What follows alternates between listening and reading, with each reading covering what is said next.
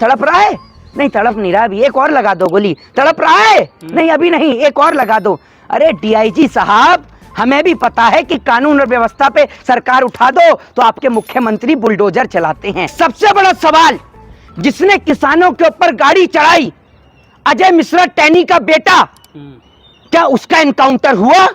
उसने तो किसान पे गाड़ी चढ़ाई, जो लोगों का पेट भरने का काम कर रहा है, जो लोगों का पालनहार है, क्या उसका एनकाउंटर हुआ? जिन्होंने प्रॉफिट मोहम्मद साहब के ऊपर विवादित बयान दिए, उनका एनकाउंटर हुआ? जिन्होंने किसी को घोड़ी नहीं चढ़ने दिया, जिन्होंने किसी को मूंछ नहीं बढ़ाने दी, जिन्होंने एक बच्चे को मटके से पानी नहीं पीने दिया, क्या उनका एनकाउंटर हुआ? अगर उस वक्त की सरकारों ने एनकाउंटर कर दिया होता तो क्या साध्वी प्रज्ञा ठाकुर जिंदा होती? आज मध्य प्रदेश से, भोपाल से सांसद होती? गृह मंत्री अमित शाह तड़ी पार थे।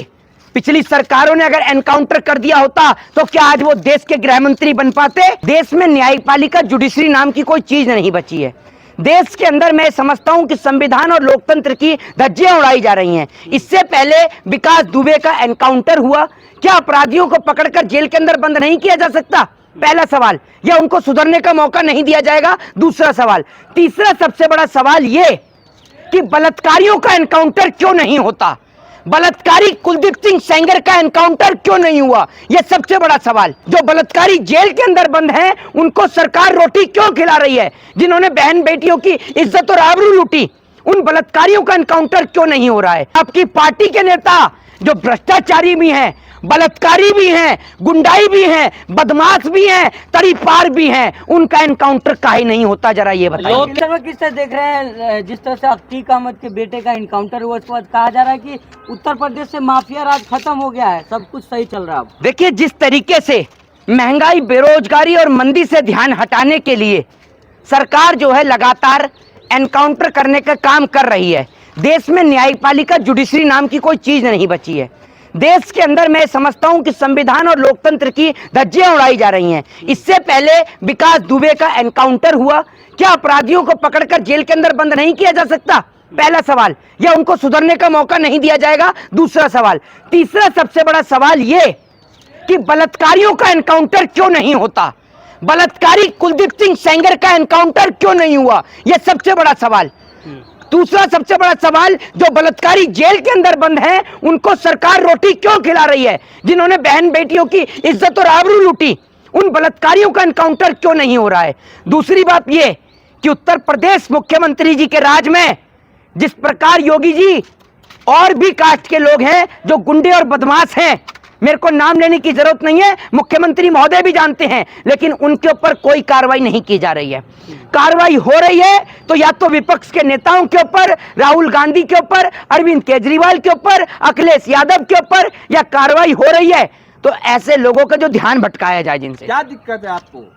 असद का एनकाउंटर में तो क्या दिक्कत है? एक बात आप मुझे बताइए, अगर एनकाउंटर आप जो बात करते हैं और आप एनकाउंटर को सही ठहराते हैं, मालेगांव बम ब्लास्ट का आरोप लगाता साध्वी प्रज्ञा ठाकुर के ऊपर, सुनते जाइएगा बीजेपी के एक नेता की कहानी। आप कहते हैं ना एनकाउंटर, अगर उस वक्त की सरकारों ने एनकाउंटर कर दिया होता तो क्या साध्वी प्रज्ञा ठाकुर जिंदा होती? आज मध्य प्रदेश से, भोपाल से सांसद होती? पहला सवाल। दूसरा सबसे बड़ा सवाल, गृह मंत्री अमित शाह तड़ी पार थे। पिछली सरकारों ने अगर एनकाउंटर कर दिया होता तो क्या आज वो देश के गृह मंत्री बन पाते? दूसरा सवाल। तीसरा सवाल, जिस तरीके से आपने देखा होगा कि भाजपा के और भी नेता जो तमाम अपराधों में लिप्त थे, उत्तर प्रदेश के मुख्यमंत्री योगी आदित्यनाथ उर्फ अजय सिंह बिष्ट, जिनके ऊपर कई धाराओं में मुकदमा दर्ज था, अगर पिछली सरकारों ने एनकाउंटर करने का काम किया होता तो क्या वो आज प्रदेश के मुख्यमंत्री बन पाते?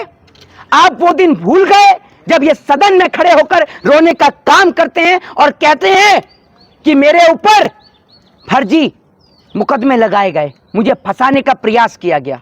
तो मैं ये कहता हूं कि आप ये जो एनकाउंटर कर रहे हैं, अगर एनकाउंटर ही सब चीजों का समाधान है, अगर पिछली सरकारों ने एनकाउंटर करने का काम किया होता तो आज जो नेता, मंत्री, सांसद और गृह मंत्री बन के बैठे हैं वो आज अपने पदों पर नहीं होते। एक सबसे बड़ा सवाल, जिसने किसानों के ऊपर गाड़ी चढ़ाई, अजय मिश्रा टैनी का बेटा, क्या उसका एनकाउंटर हुआ?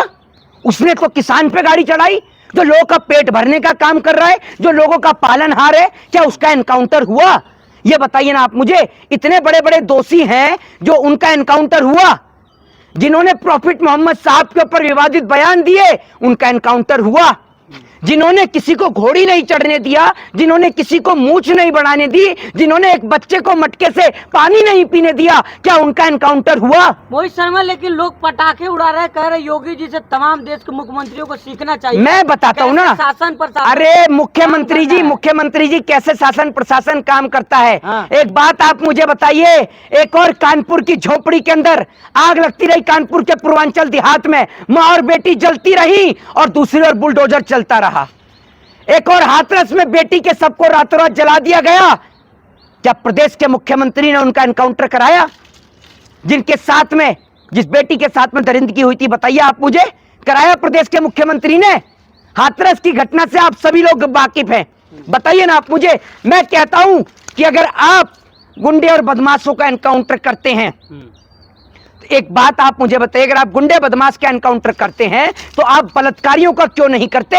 और आपकी पार्टी के नेता जो भ्रष्टाचारी भी हैं, बलात्कारी भी हैं, गुंडाई भी हैं, बदमाश भी हैं, तड़ीपार भी हैं, उनका एनकाउंटर काहे नहीं होता? जरा ये बताइए। लोग कह रहे हैं योगी जी ने अपना वादा पूरा किया, मिट्टी में मिला देंगे कहा था, मिला दिया मिट्टी में। तो एक बात आप मुझे बताइए, साध्वी प्रज्ञा ठाकुर, मालेगांव बम ब्लास्ट का उनके ऊपर आरोप, ठीक है, शहीद हेमंत करकरे को उन्होंने अपमान किया। एक बात आप मुझे बताइए, भाजपाई बलात्कारियों को कब मिट्टी में मिलाएंगे? ये तो बताइए। यह एनकाउंटर सिर्फ उन लोगों के लिए है जो सरकार को हिलाने का दम रखते हैं। किसको गुंडा और बदमाश बनाया और किसने गुंडा और बदमाश बनाया? जरा ये तो बताइए आप मुझे। आज गली गली चौक चौराहे पर गुंडे और बदमाश पैदा हो रहे हैं। इनका कारण क्या है जानते हैं? करोड़ों रुपया, खरबों रुपया देश का लूट कर व्यापारी अपने घरों में बैठे हैं। देश की जनता भूखी मर रही है। जिसके घर में बच्चे भूखे मर रहे हो और जिस बाप के पास रोजगार ना हो, वो मजबूरी में जाकर जब उसको काम नहीं मिल रहा हो तो वो छीना झपटी करने का काम करता है। आज देश में इतनी महंगाई, इतनी बेरोजगारी पैदा हो गई है कि लोग हर गली चौक चौराहे पर गुंडे और बदमाश बन रहे हैं। सरकार, सुन लीजिए, सुन सर, वैसी की तरह जो है धर्म ढूंढ रहे हैं, अपराधियों का जात धर्म ढूंढ रहे हैं आप। सर एक बात आप मुझे बताइए, मैं आपसे ये कहता हूं कि ब्राह्मणों का, दलितों का, ठीक है, इसके अलावा आपके मुसलमानों का, इनके अलावा और भी कास्ट है इस देश में, उनका काहे नहीं हो रहा एनकाउंटर?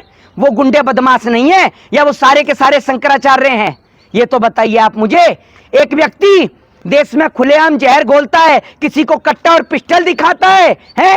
एक व्यक्ति सरेआम फायरिंग को बंदूकें लहराता है, उसका कुछ नहीं होता। जरा बताइए आप मुझे, ना कोई कार्रवाई होती है। आप भी कह रहे हैं क्या फेक इनकाउंटर है? आपका भी किसमें? अखिलेश यादव जैसे कह रहे हैं। भाई साहब एक बात आप मुझे बताइए, जो आप ये देखिए कि गोली चलती है और उसके हाथ से असला भी नहीं छूटता। बड़ी इंटरेस्टिंग कहानी है। डीआईजी कहते हैं तड़प तड़प के मरा है। हाँ, तड़प तड़प के मरा है। डीआईजी वीडियो बना रहे थे ना कि तड़प रहा है, नहीं तड़प नहीं रहा, अभी एक और लगा दो गोली। तड़प रहा है, नहीं अभी नहीं, एक और लगा दो। अरे डीआईजी साहब, हमें भी पता है कि कानून और व्यवस्था पे सरकार उठा दो तो आपके मुख्यमंत्री बुलडोजर चलाते हैं। आपके मुख्यमंत्री ने तो काम ही वही किया है जो सारे संविधान के खिलाफ है। आज बाबा साहब भीमराव अंबेडकर की जयंती है, 14 अप्रैल बाबा साहब का दिन, और आज वो भी ऊपर बैठकर सोच रहे होंगे कि जिन लोगों के लिए मैंने इस देश का संविधान लिखा, वो नेता, इस देश के चोर डकैत लुटेरे नेता मेरे संविधान की धज्जियां उड़ा रहे हैं, मेरे देश के लोगों को दलित और स्वर्ण के नाम पर बांट रहे हैं। उन्होंने बुद्ध धर्म क्यों अपनाया था जानते हैं? बुद्ध धर्म अपनाने का कारण यही था कि इंसानियत और मानवता से बड़ा कोई जाति, कोई धर्म और कोई मजहब नहीं होता। इंसानियत सर्वश्रेष्ठ है। एक बात आप मुझे बताइए, मैं मानता हूं कि भैया उन्होंने गलत किया, मैं मानता हूं कि अतीक अहमद बदमाश है, गुंडा है, बिल्कुल, और उसको बदमाशी और गुंडे की सजा मिलनी चाहिए। लेकिन यह गलत है कि आप उसका एनकाउंटर करें, उसके बेटे का एनकाउंटर करें। एक बात आप मुझे बताइए, एक मौका उसे सुधरने का दिया जा सकता है, नहीं दिया जा सकता? एनकाउंटर पे जो है कंगना रनावत कह रही है कि मेरे भैया योगी जैसा कोई नहीं है। हाँ, तेरा भैया तेरी फिल्म देख रहा है, तुम भैया बहन दोनों मिलकर, तुम भैया बहन, इसको फिल्मों में काम मिल नहीं रहा है, इससे ये पूछ लो ना कि तुम खुद कितनी पढ़ी लिखी हो। ये तो बता दो, ये पूछना एनकाउंटर की स्पेलिंग लिख दोगी? है ये तो पूछ लो सुशासन इससे। की तारीफ कर रही है, किससे? सुशासन की है? सुशासन जो आया है ना, एक सुशासन बैठा हुआ है और दुशासन ऊपर से बैठा हुआ है, ठीक है ना? ये दुशासन मिलके जो वध कराने का काम कर रहे हैं ना यहाँ पर। एक बात मैं आपको बता दूं, जो ये कह रही है ना, ये भूल गई ड्रग्स सबसे ज्यादा कहां पर ले रहे हैं, कौन कौन ले रहा है ड्रग्स?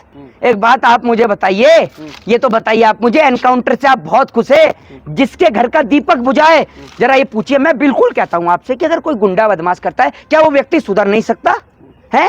एक बलात्कारी रिहा हो सकता है इस देश के अंदर, है? बलात्कारी बाहर आ सकता है, बलात्कारी पैरोल पे आ सकता है, बलात्कारी बाहर निकल पे फूल की माला पहनाई जा सकती है, लेकिन एक व्यक्ति जो गुंडा बदमाश है, क्या वो सुधर नहीं सकता? उसने बलात्कार तो नहीं किया। मैं बलात्कार से बड़ा जघन्य अपराध किसी को नहीं मानता।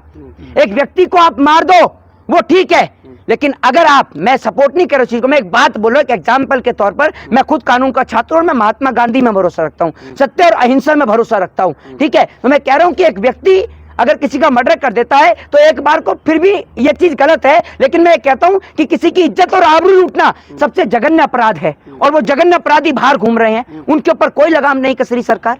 बताइए ना आप मुझे, उत्तर प्रदेश में बहन बेटियां सुरक्षित नहीं है, मुख्यमंत्री बोलते नहीं है, गूंगे हो जाते हैं। दीजिए आप इन सवालों का जवाब। ठीक है, तो आखिरी में पूछेंगे, जिस तरह से डंका जो बज रहा है योगी आदित्यनाथ का, कहा जा रहा है कि वो ऐसा मुख्यमंत्री सबको बनना चाहिए। भाई साहब एक बात आप मुझे बताइए, एक बात आप मुझे ये बताइए कि भाजपा ये जो आज बोल रही है कि मुख्यमंत्री योगी आदित्यनाथ से अच्छा कोई मुख्यमंत्री नहीं है, ये मुख्यमंत्री ने क्या काम किया है? जनता आज परेशान है, और मुख्यमंत्री अगर इतने ही बड़े वो अपने आप को बन रहे हैं, तो एक बात आप मुझे बताइए, देश की जनता का लाखों करोड़ों रुपए लूटकर इन लोगों ने अपने पास धर लिया है, ठीक है? करोड़ों रुपया इस देश का खाया जा रहा है, हर साल लाखों करोड़ों रुपया इस देश का खाया जा रहा है, जनता भूखी मर रही है। जैसे ब्रिटेन के अंदर होता है, तमाम जगह पर एक जगह पे एक प्लेटफॉर्म को तैयार किया जाता है, जो प्रधानमंत्री बनना चाहता है वो आए मंच पर और वहां आकर डिबेट करे। मैं कहता हूं मुख्यमंत्री से कि अपने काम का मैनिफेस्टो उठाकर लेकर आ जाए आप। हमारे पास एक ऐसा व्यक्ति है जो आपको गूंगा कर देगा। आपका बजट 45 लाख करोड़ का है, मेरा वो व्यक्ति आपको 90 करोड़ का बजट दिखाएगा, 90 लाख करोड़ का बजट, देश के बजट से दुगना बजट। अरे योगी आदित्यनाथ जी, देश में जितने नेता हैं सबको ओपन चैलेंज, देश का कुल बजट 45 लाख करोड़ है, लेकिन हम देश को 90 लाख करोड़ का हिसाब दिखाएंगे और हम बताएंगे कि कैसे इस देश से महंगाई दूर होगी, बेरोजगारी दूर होगी। आप आइए इंडिया गेट की मंच पर और समय, तारीख और तिथि अपनी रख लीजिएगा।